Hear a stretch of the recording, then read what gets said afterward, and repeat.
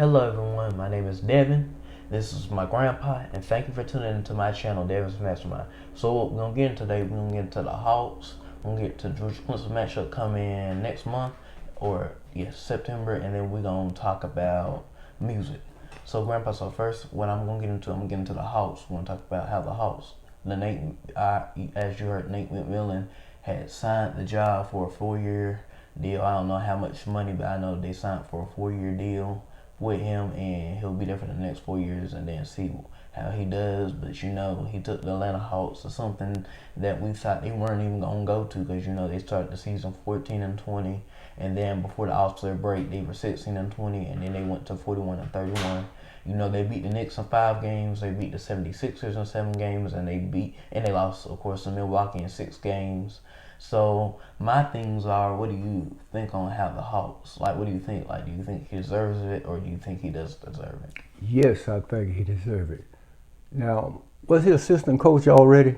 Well, he was an assistant coach, but then of course, you know, Lloyd Pierce had got fired, which was the head coach before. Right. So you know, they name him. They always say, well, he's gonna be the interim head coach, and then we're gonna see like what's gonna happen, see if he deserves the job or not. But what's your thoughts on that? I think he deserves the job, and I think he's going to be a good one for a long time. And all they got to do now is make a pretty good draft when the draft come around, and get some more help, because the team they got now, it's no slouch, but they can always use better help.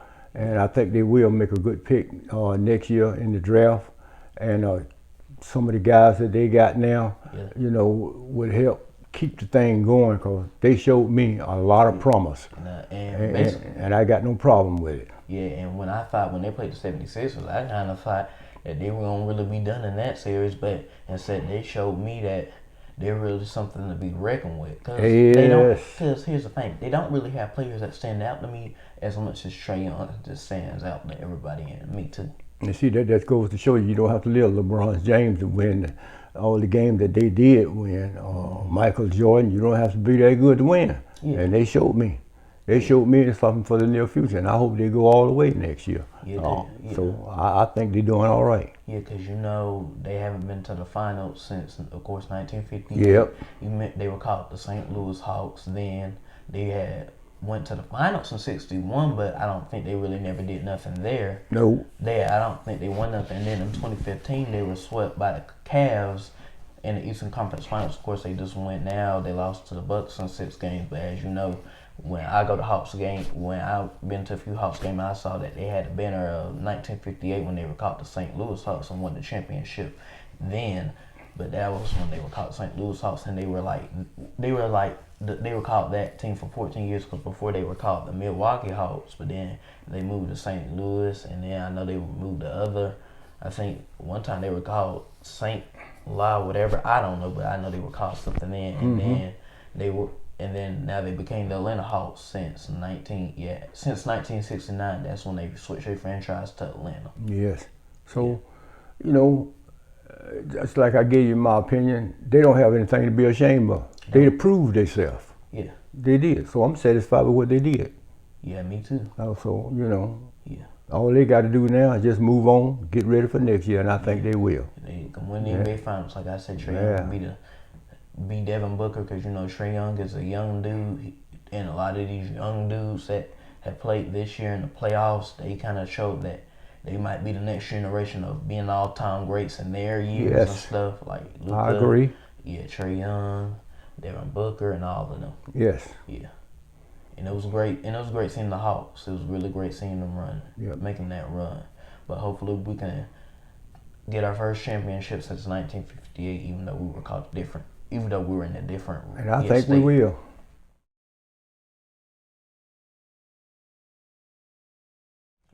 So next up, I know we wanted to get into the Georgia Clemson matchup. So what I've heard from the media and all that stuff, a lot of folks are kind of like saying they think Clemson might not be as good, or they won't be that great to beat Georgia.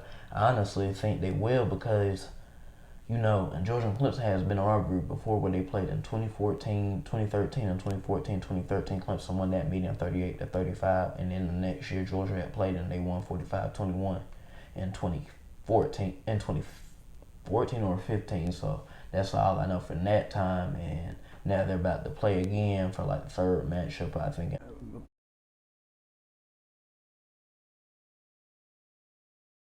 were 11-0, and then they went I thought they lost one game. Must have been the year before last. The year before they lost 2 games. Yeah, but you see, that's the thing right there. See, you can't. And that was mainly. You know how much money was lost on them 2 games? Yeah. But that was mainly because the reason why they lost it because LSU was a pretty good team, and then when Tua got hurt, Matt Jones had to play against an Auburn team that was all right, but they weren't like all that. Florida, look at Florida. How many games Florida lost? Georgia ain't never lost 4 games. Yeah, Georgia beat one of them, didn't? No, Georgia that lost the year before last. The year before last, the year before last year, Georgia did beat Florida, but Florida had lost 2 games that year too. People gonna stop betting against Georgia on Florida now. They're gonna stop doing it because it's unpredictable now. Yeah. See, they can't do it no more. And Georgia went in and beat LSU too, didn't it? No. What year would Georgia beat LSU? Georgia hasn't beat LSU, Grandpa, since 2013. That was when Zach Mettenberger was.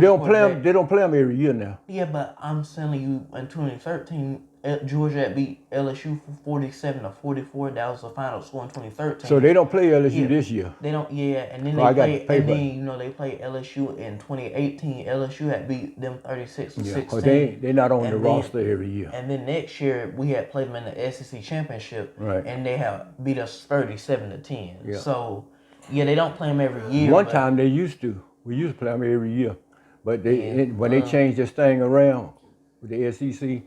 LSU got out of the picture with us, and I think Arkansas took the place of LSU. Georgia and Arkansas don't play every year either. No, but they started off playing every year. Yeah, they started. So they had the way they had to pick it, they had to pick somebody else. But it you know what? Ain't nothing but because here's the thing. Yeah, but when Georgia plays, when all these college football teams, I've been noticed this, which maybe most folks notice, but they play 8 SEC games, and then they play like 4 non-conference games, which means that team not in the conference. 12. So what happened is like they'll play like 3 teams like against these really small schools like Northern Illinois or Central Michigan, and then where I noticed they'll play those 3 games like against these small schools that you don't know, but let's say they might play a team like a TCU. Even though they're not that good, but they'll play them, and that's like their toughest non-conference game. Even though they'll probably whoop them because TCU is not that good, and they play 8 SEC games, so that's how it is. And what happens when they play those? Georgia is in the SEC East, and then you have teams that are in the Alabama West. The teams that Georgia plays in the SEC East, because Georgia's in the SEC East, they play them every year, and then they'll play 2 games against the Western Conference in the SEC.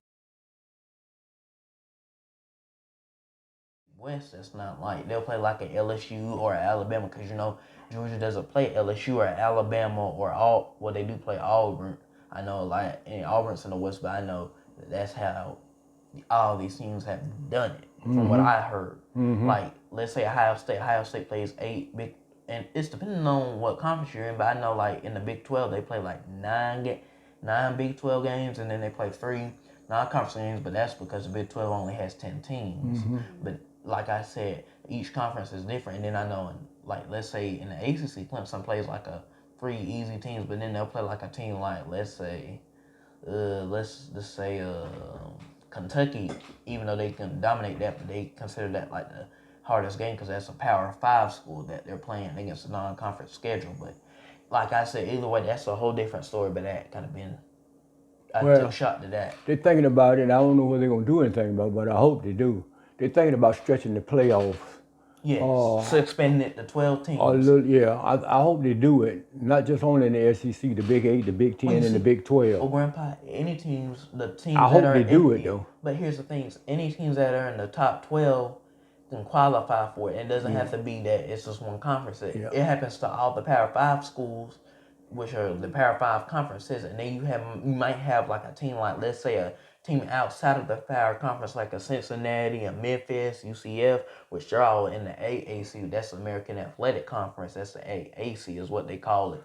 But I know like they're trying to like make them qualify because they're not in the Power 5. In the Power 5, you have Pac-12, Big 12. You don't have the Big 8 no more, but you have the Pac-12, the Big 12, the Big 10, the ACC, and the ACC. And I know that they're Power 5 conferences. But so they qualify for for the Power 5. So any teams that are in the top 12 can stand, like, let's say LSU, Alabama, Minnesota, Ohio State, any Syracuse, even if they were good, even though they're not.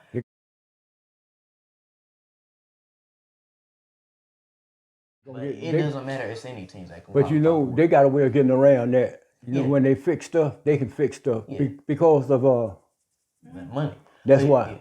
And that's why you got so many bowls. And because back then you had it where they had the BCS, so that's the Bowl Championship Series. But what happened was they kept getting us teams that would split national titles, which means like LSU, USC would split. So that's why they came up with the CFP and expanded it to 4 teams in 2014 when they first started, which they've been going on for 7 years now.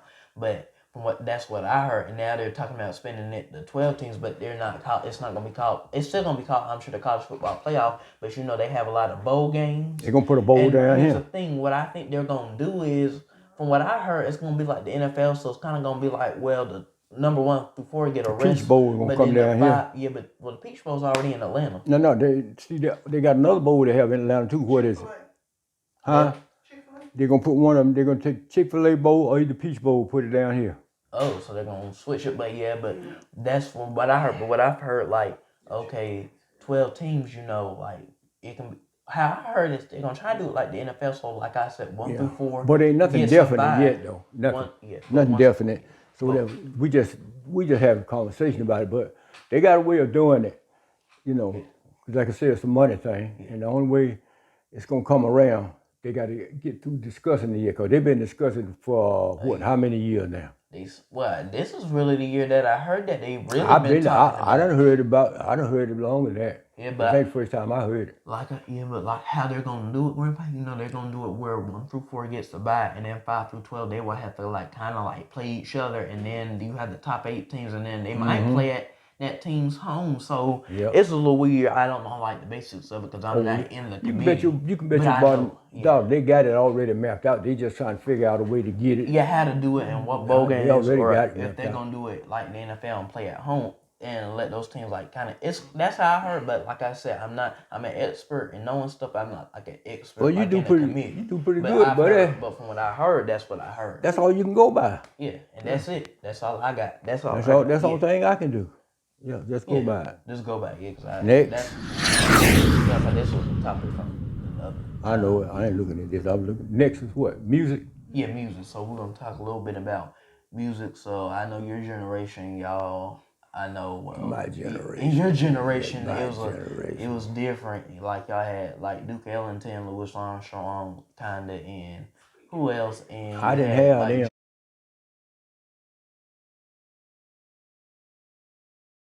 Brown. I didn't have. Well, they were kind of They were still living, but I wasn't old enough to kind of appreciate it and know them. Yeah. Like you talking about people up in the 80s and that was 90s. In the 1800s. That was way before. That was before my time.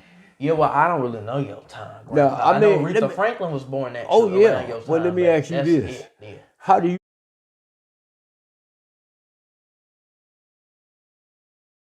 You like rap? Yeah, I like rap. You do? Yeah, that's all right. What you like, rhythm and blues? Yeah, well, that's R&B. I'm not really that fan of it because we have R&B. But you like rap better than you like rhythm and blues? Yeah. Okay, but you mentioned to me about Louis Armstrong. Yeah. I mean, you listen at it, right? Yeah. It's just like history. You go back and you listen at it, cause I mean, it amazes me when you brought those names up, and I got a grown man that way. Don't know nothing about them folks. He's fitting to be 62 years old. And I'm saying, wait a minute here. I mean, this guy amazes me with what he don't know, and he should know it. That's what amazes me. And here my grandson is the same way it is on sport. He don't know. And you can tell he don't know, because when we bring up a conversation about stuff like that, he keeps quiet. But if you bring up something that he know about, he take it away from you. Mm-hmm. And I'm saying to myself, the word amazing, I have to explain to him. I say, you don't amaze me by you knowing something. You amazes me by you not knowing it. That's what I tell him. I said, I got a grandson to make you look sick, shame all day long. Yeah. And I said, that don't bother you? Mm-hmm. And I want to say, that don't bother you for being ignorant.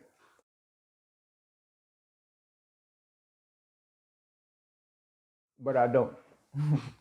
Yeah, Grandpa. Well, tell Grandpa some of the people you do appreciate, though. I do appreciate, like, I know. I appreciate all the, yeah, like, I appreciate all these, well, I'll say, like, I just appreciate music, period, like, any music. I appreciate, like, Classical music. Yeah, well, yeah, and James Brown, Al Wilson, all of them. I listen to stuff like that. He talk about that. But now, classical music, the only way you appreciate it, you have to understand it. They say, I do not understand it. Guy told me one time, he said, there's a certain type of music that you go to. If you don't understand it, you're just wasting your money going to it. Opera music. He said, don't go. You're wasting your money. In the car. He said, you're wasting your money. I like Phantom of the Opera, though. I've listened to that. Well, Phantom of the Opera is when you go to the theater to see the people on the stage, not so much as the music.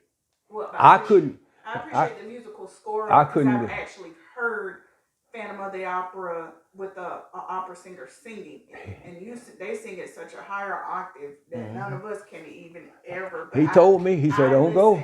And I like to feel music, and I told Devin this past weekend, if there's any music I like, I don't care what the genre is, I appreciate a lot of music. I don't just listen to our music, and also make sure Devin knows a lot about our music, not just my music, but time before then. But I mean, I listen to George Michael, who I love, Boy George, but I love my Temptations. I love Phil Collins. But I love I do too. I love James Brown. I do too. Lenny Williams. I love, oh my God, so many. How about country and western? It's only a few things I can kind of listen me too. to, but I like more so. And they say she's country, but not. I mean, I like Shania Twain, and she's a different country. How about that's the way Kenny Rogers was. He was a different kind. Right. See, exactly. he kind of like it was mixed. Beatles. I listened to Dolly Parton. A little of her. Yeah, I did like. What was that one? I can't remember what it was. It was on Soap Dish or something.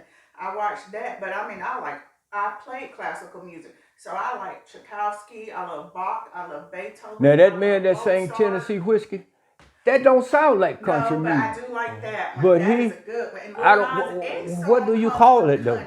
I don't know. I love it, but I don't know what kind of music would you call it. He, which is the gay, I guess, rapper or whatever. What's the one name did Achy Breaky?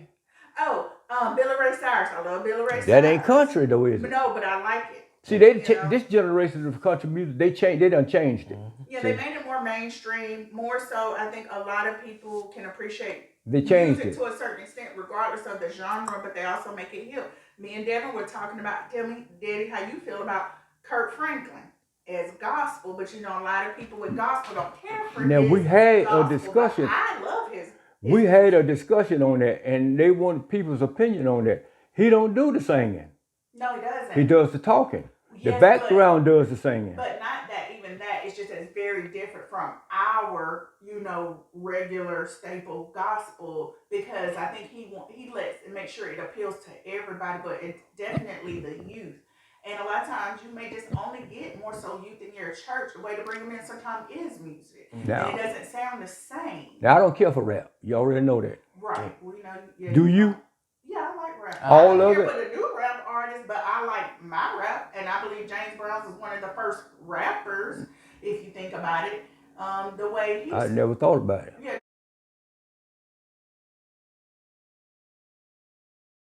James Brown, the way he spit stuff. So Curtis Blow was the first. Well, that is exactly. But I mean, the only people I like that's not, they're older than Devin, but in, I guess, his generation of people that like them, I like Kendrick Lamar and J. Cole. See these guys. I don't know these guys because I don't listen to it. See, I don't know them. Other ones because they all sound. What's your number one music? I don't really know. I mean, I like. Rap, you name country, R&B, rap, or blues. What about it's anything? Well, anything that's. I mean, of all of them I name, which one you prefer? I like rap. Okay. Probably See, rap. I like rap. That's our do you understand it though? Mainstream pop. See, my problem is I don't understand what they're saying, and I guess, and if I did, I still wouldn't like it. Well, some of them spit influential words. Because some of them have the language. Yeah, but he only listens and what you got to say. Cursing and going on. J. Cole, Kendrick Lamar. Yeah, they curse a lot, but they're more influential rappers. I don't like these rappers that you might think of now. They're like, and Yeah, all they're that more stuff. conscious. They always have. They have something that they're saying behind their music. They just ain't saying what everybody else says. They may have a lot of expletives, but they're not rapping about hoes, money, and that. They're more so rapping about what's really going on. And yes, they might use a word here or there, but they not rapping about women and this and that to a certain extent, like all the other ones are, and flashing money. That's what Gladys Knight said. She said, "Where is the music going these days?" And she said she didn't know. I don't know where it's going, but with them, Talking about the rap. Yeah, I feel it's going nowhere because they all sound the same, and they all got young in front of their name or Lil. Believe it or not, you got people his age don't even care for rap. Believe it or not, they won't listen at it because of the nasty language that they use, and they don't go around using it. Right. There are people his age. Danielle won't listen at it. They don't listen to that. And by the way, he won't know where y'all was Sunday. He don't listen to about one or two people, but he listens more so to my generation rap and before. He don't listen to all that stuff too, because I feel somewhat the same way, and they all sound the same. But the main two he will listen to, and they can be controversial, but they remind me of a Common, but Common didn't curse nearly as much as they do. But they remind me of Common, that who's also an actor as well. But they I don't know rap who he about is. stuff like that. You'll see him if I was to show you, be like, oh yeah, him. But other than that, Devin listens to what we listen to, and even before, because I don't. said, he'll listen to I don't Al listen to Wilson. none of them. He listens to Bobby Womack. Keep listening to Show and Tell and Al Green. Yeah, he loves So and Booty Farnsworth. He appreciates music for what I it's appreciate worth. music, yeah. Yeah, nonetheless. And he'll be like, Mama, sometimes I wish I came up in the 90s, because he likes the 90s music a lot better than what the rappers are having now here, because most of our rappers had something to say, and they did rap about what was going on. Do Horace listen to any kind of music? No, he don't. No, I didn't think so. he just listens more so. He'll listen to whatever's on BET more so, just your gospel. I mean, like if he's driving or something like that, do he listen to it like I listen to it? No, he listens to like talk radio, and he listens to the Black Eagle. Joe Madison, Black Eagle. Black Eagle. Who was that? On Sirius X. Yeah, I ain't never heard of. What kind of music? Satellite radio. No, it's a talk. So he reminds me of a Roland Martin, but in a different way. Yeah. It's just talk radio. You probably would like him for the most part anyway. Yeah. Talking about what? What's going on? Yeah. Oh, well, I already know that. Yeah, for the most part. It's just the way he comes off is a lot brash. Kind of like, not Michael Baisden, but older. But he comes off very sometimes too, that can turn you off to him. Sometimes he could be a mean Stephen A, but not as crazy as Stephen A is. Right. Stephen A. Smith. Stephen A. Smith is different. Yeah. I don't listen to folk like that because I already know what's going on. I already know. Did you tell what you said about Charles Barkley a few weeks ago? Devin does not like Charles Barkley. Charles Barkley. He owned one. They got him on. He's a commentator on one. He's on the Inside NBA TNT. Sometimes a good thing the chair he sit down there and ain't got no arms on it. Dewey wouldn't get in. Okay, don't move too much for that knocks off your I got. Well, tell Devin, sit down and tell him bye. Oh. Sit down and tell. I thought you was through. Oh, okay. Bye. Bye. Bye, y'all. Good night. Bye. Stay tuned. Make sure you like, comment, subscribe, share, and give us some ideas on Devin's Nation's name or something. We're still trying to come up with some ideas. But y'all have a good night. Thank you for listening.